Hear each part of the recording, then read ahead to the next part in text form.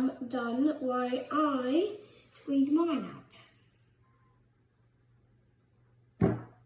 This is step 2. So first we're going to add some mustard into there, mix it up a little, and then some dried herbs, if you've got any, and just pour it, so about as much as a quarter of it, like that much.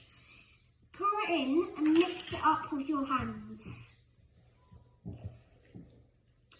And when we're done with that, we'll get on to step 3.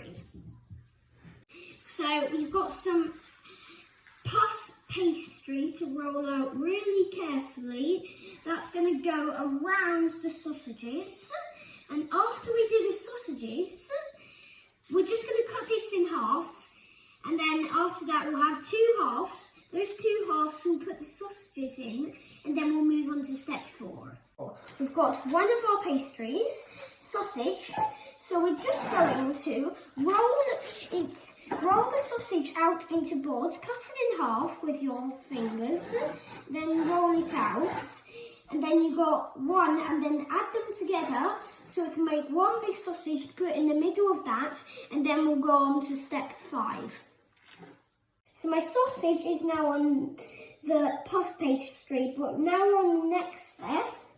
So get one of your eggs, crack it in a bowl, and when you've done that, just whisk it with a fork or whatever you've got, something spiky, and when you're done, then brush it on either side of this, only a little bit in each side. Keep going on the brushing on either side, only a little bit. And when you've done that, just roll it up, because this egg will help it stick, the sausage meat to stick to here, and so it doesn't fall off or something. And then we're going to put it in the fridge for about 30 minutes, and then we'll move on to step 7.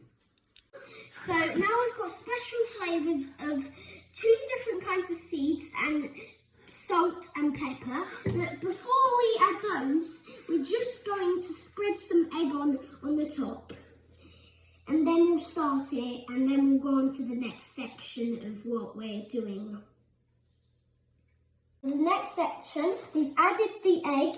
So the seeds here, what we're going to do with them is get a little bit on each and then spread it on the top.